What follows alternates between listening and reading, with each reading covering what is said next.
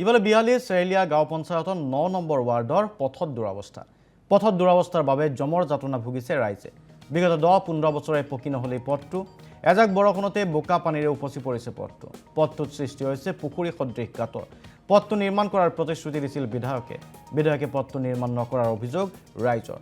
নিৰ্বাচনৰ পূৰ্বে পথছোৱা পকী কৰাৰ দাবী আৰু বিহালীৰ পৰা সতীৰ্থ কৰণ শইকীয়াৰ এক প্ৰতিবেদন। উন্নয়ন উন্নয়ন উন্নয়ন বিহালী সমষ্টিৰ উন্নয়ন দেখি আপুনিও হ'ব আচৰিত।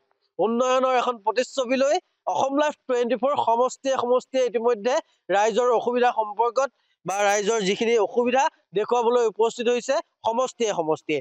মই এই মুহূৰ্তত আহি উপস্থিত হৈছো বিহালী সমষ্টিৰ চেৰেলীয়া গাঁও পঞ্চায়তৰ ৯ নম্বৰ ৱাৰ্ডত। আৰু পোনপটীয়াকৈ মোৰ কেমেৰা সহযোগী আছে, কেমেৰা সহযোগী এটি পথৰ দৃশ্যাংশ দেখুৱাব।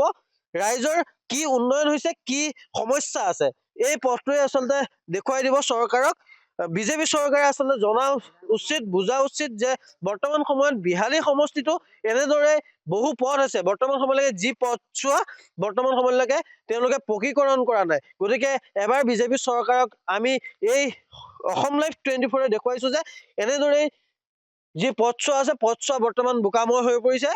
চেৰেলীয়া গাঁও পঞ্চায়তৰ যিটো ৯ নম্বৰ ৱাৰ্ডৰ যি পথ আছে, এই পথছোৱা বৰ্তমান সময়ত বোকাময় পৰিৱেশ হৈ পৰিছে। এজাক বৰষুণ আহিলেই যিসকল ছাত্ৰ ছাত্ৰী বা সাধাৰণ ৰাইজ বা সাধাৰণ ভোটাৰ আছে, ভোটাৰসকলে আচলতে হাৰাশাস্তি ভুগিবলগীয়া হয়।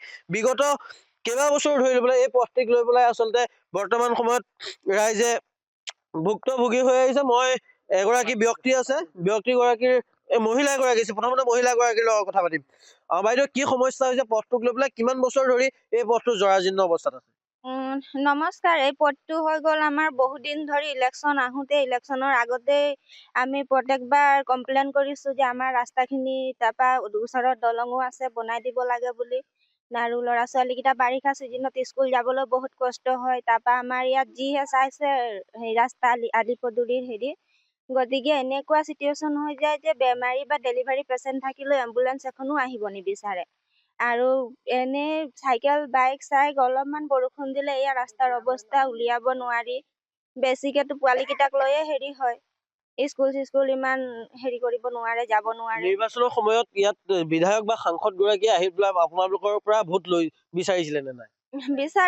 বিচাৰি প্ৰত্যেকবাৰে কয় যে আমি ৰাস্তা পদূলি বনাই দিম, আমাক ভোট দিয়ক বুলি। এইটোৱে এবাৰ অনুৰোধ কৰিছো যাতে ইলেকশ্যনৰ পিছত আমাৰ ৰাস্তাকেইটা, ইলেকশ্যনৰ আগে আমাৰ ৰাস্তা ঘাট পদূলিবিলাক ভাল কৰি দিয়ক। বাইদেউ, আপোনাৰ ওচৰলৈ আহিছো। কি সমস্যা হৈছে? কিমান দিনৰ পৰা এই পথছোৱা এনেদৰে আছে? বহুত বছৰ হ'ল এতিয়া এনেকাই আছে। ৰাস্তা পদূলি এটা এম্বুলেন্সো আহি সোমাব নিবিচাৰে। বেমাৰী গৰাকী ঘৰত থাকিলে তেনেকে দাঙি লৈ ওলাবলগীয়া হয়। এইটো মেইন ৰোডত আহিলে চৰকাৰে চাইছে বনাই দিম ইলেকশ্যনত ভোট চটটো চব লৈয়ে যায়, কিন্তু আজি বনাম কালি বনাম কৰি ৰাস্তাটো হোৱাই নাই আমাৰ আজিলৈকে। ঠিক আছে, ধন্যবাদ জ্ঞাপন কৰিছো বাইদেউ আপোনাক। আৰু